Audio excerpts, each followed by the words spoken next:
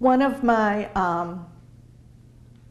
coworkers was having a difficult time with a patient. She called me to see if we could brainstorm together because she knows that I have a lot of experience. And because of that, we went through extraordinary measures to try to get this patient taken care of.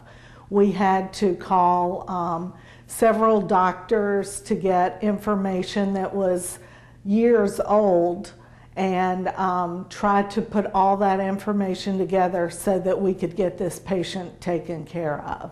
And we were finally able to do that and put it all together. And it took both of us multiple hours of work to get that taken care of. And they get very excited when you walk in and you tell them that you're home care and that you're helping them get out of here. They're always happy to see you.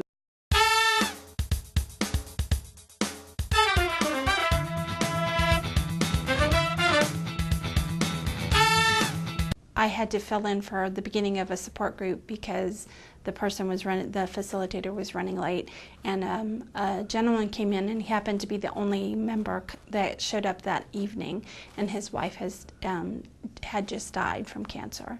So he said it was very hard for him to be there, and he broke down and had a little bit of a hard time being there. But I think it was perfect timing that it was just the two of us, because he was able to cry and I was able to talk to him a little bit. And then once he was done crying, I changed the subject and we joked and talked about silly things. And by the time the facilitator showed up, he was ready to be with her and the other people that came with her. So it's for those moments that you think, oh, this is worth it. So.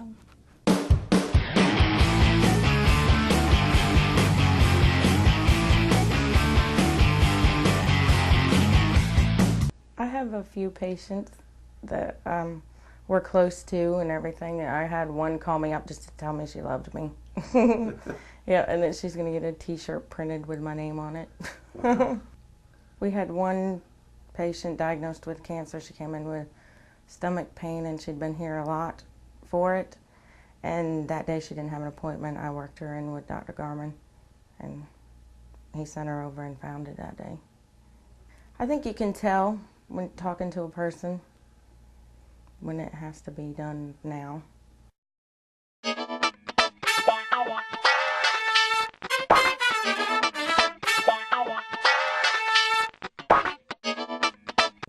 I actually had it was a member call, and he was a younger guy, and so he called in. His medication was going to cost him well over $1,000, and so he was on the phone with his on the cell phone with his friends as he was talking to me, and he goes, "Man, I'm not getting this medication. I'm not paying for this." And it was a very important medication for him to have. And so I told him, I said, "Well, you know, I understand that you can't afford this medication, but just, you know, don't go home and not take anything. Make sure you call your doctor and talk with your doctor about options to get something that you can afford." And he was laughing the whole time. It was just a big joke to him because he was, you know, he was rather young, but he did. And he contacted his doctor, and he was actually able to find a medication that was going to cost him probably about $10, and so he would still receive treatment. And I felt pretty good about that.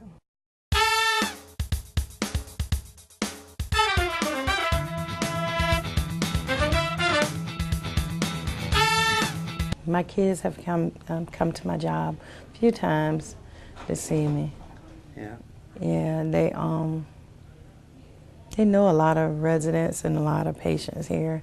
They volunteered too here. One resident asked my son, "Can you take me here? Can you push me here? Can you play cards with me?" You know, stuff like that.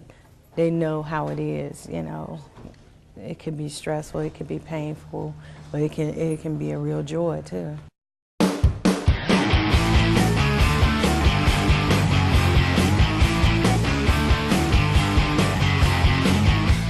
So I was battling cancer last year, and I was able to work half my shifts. The best thing ever, though, was when I got my chemo head. I know I freaked people out with that, but I had a great henna head tattoo all over my head, and it was fantastic, and it was the best part about chemo. Well, I won the award for my commitment to excellence, and I really believe that if you're going to come to work, that you have to put your best foot forward, and I'm expected to do that, and I want to do that, because if you've ever had anyone that's been sick and in the hospital and treated in the hospital, you've probably seen some things you would like to have changed. Well, my opportunity here is to change things, change people's perception about a bad experience that maybe they had. And when they come in the door, I greet them. I want them to know they're welcome, and that I'm caring for them, and I think about them, and that I care what they're going to go through that day. And when they leave, I want them to know that I genuinely care what they went through.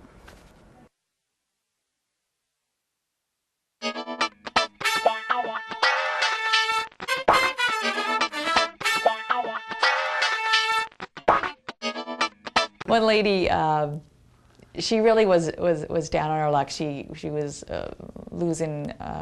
possibly losing her home. She was going to be able to go back to work, but she didn't have any clothing. So she was similar sized, and a friend of mine who's a real clothes horse, the two of us got together and we got her a number of bags. They thought it was all from my closet, but it wasn't.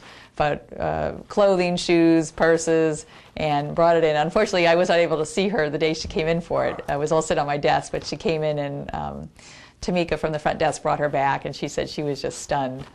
So I think that was the big ticket item that I helped her with, and you know, so then she was able to have something appropriate to wear to work and after work. And she did. She's back, you know, doing what she wants to do. The Walmart gift cards we get at Christmas time, we usually peg a patient or two and give them out.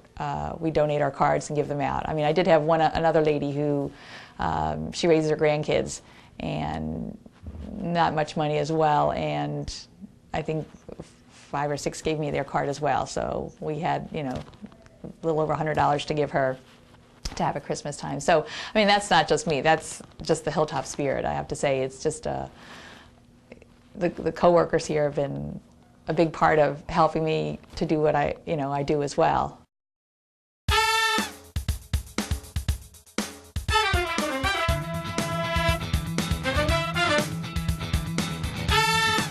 For my work with the Safe Sleep project that we've been doing for the last 3 years. And I was the facilitator of that project. We needed more education for staff and nursing for safe sleep, and to model safe sleep behavior. We did a CEU, which was through the National Institutes of Child and Health Human Development. We did that educational piece through all the staff people. And then from there we started with how to display a safe sleep. So we used pumpkins. October is SIDS Awareness Month, so we took pumpkins to display a safe sleep crib with a theme. Okay. And that's where it's just gotten bigger and bigger and bigger. When I saw all the cribs displayed in the hallway, that all the staff had taken time and money to create these beautiful cribs. And that was my moment of awe.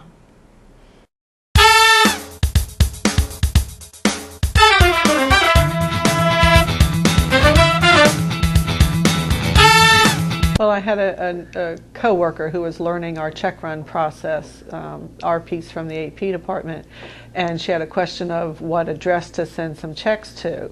And so when I looked at it, I realized that it felt to me like the payments shouldn't have been processed in the first place. So we set them aside, and I checked with my supervisor, and she agreed that they shouldn't have been. The way they requested them was an incorrect process.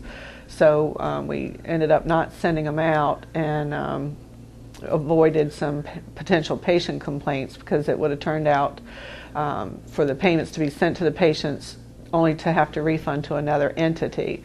So we avoided that, and we worked with the group who requested them in error and worked on the training and updated the procedures for them so that we wouldn't have that issue in the future.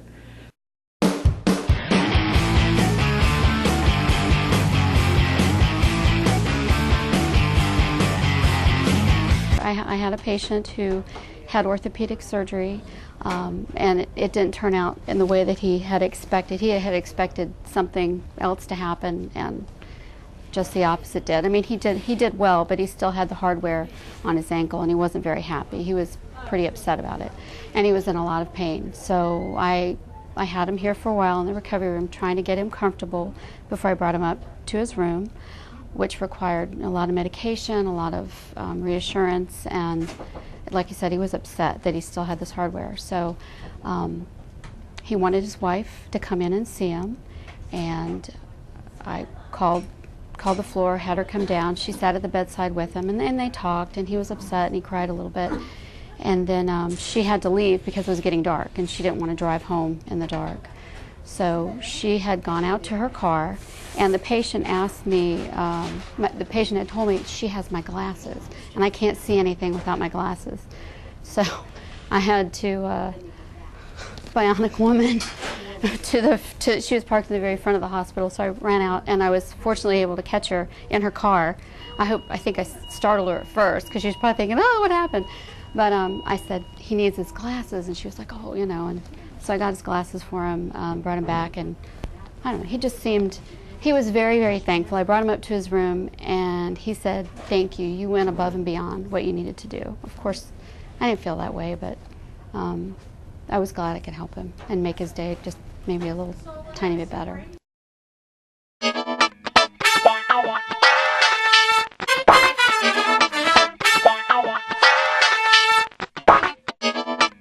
I'm always willing to help out as far as like if we're getting, for example, a spinal fluid that's coming from Port Warwick, I'll go ahead and prepare for my testing in my own department, but I'll also, if a coworker is busy, I'll get their department ready to do the testing as well, so when it gets here, we're ready to go and get it out as the results out as soon as possible. And I think the wingman is what most people would say, because also with covering the extra shifts and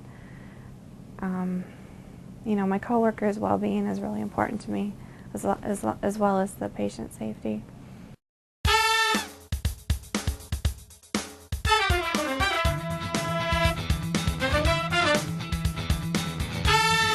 Nothing is too big for me, you know. Whenever they give me something to do, I don't see it as work. I see it as an opportunity for me to grow, to learn something new, and, you know, be involved and be a part of this, you know, community and Sentara. If I walk down the hallway and I see somebody in need, you know, as simple as, you know, looking where they're going, and they couldn't find a place, and I could bring them there, or bringing a family member to a patient, you know, finding a wheelchair for them because they cannot walk, you know, all the way upstairs, you know, every little thing I do is a Sentara moment for me.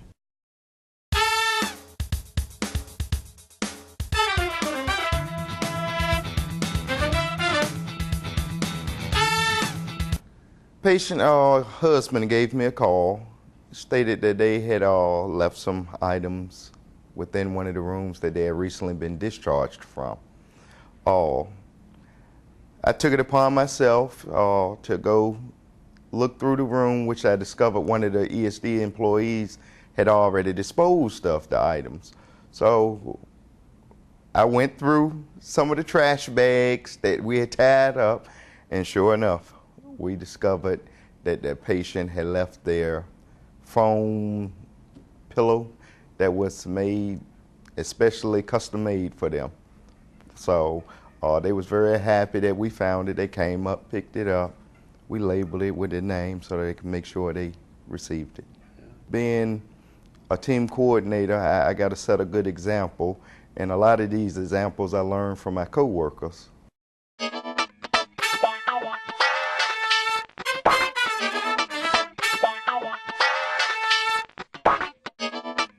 A very young girl with a we're med oncology, and she's just young. She's the same age as me, and sat with her 2 days ago while she received her terminal diagnosis, and been taking care of her off and on for 2 weeks, developed a good relationship, held her hand, stood with her and cried for an hour.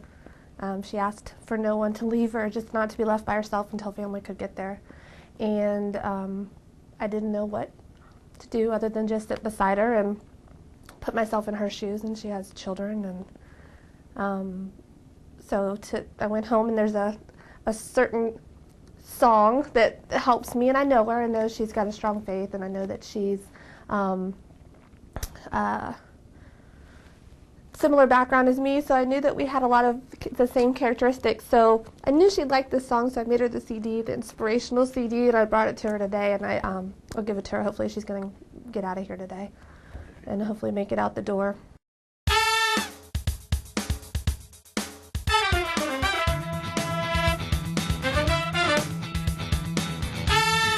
I love the people I work with, and it's a joy to come to work. It's not a task, and even on the hardest days when you have very few staff and people call in sick, and it seems like a very troublesome day, the people that you work with build you up. Last year we've kind of struggled with filling a position, so I pulled out of my leadership position and worked in the day-to-day in the ops.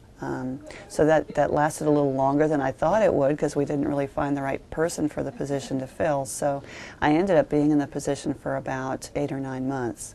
And at first I thought this was going to be really tough to try to do my job and this job too, but it was really more of a gift than anything else, because I really got pulled back into seeing what my staff do on a day-to-day basis. And I think they recognize that as something above and beyond, but it was really just a gift for me. The ACE Award. Improving health every day. Go above and beyond. Doing it to tear away. Keeping the patients safe. Improving health every day. A good listener. The respect, compassion, and dignity. Improving health every day. The integrity, commitment. Doing it the Sentara way. You're simply the best. Better than all the rest. Committed to excellence. Every day, every way. Doing it the Sentara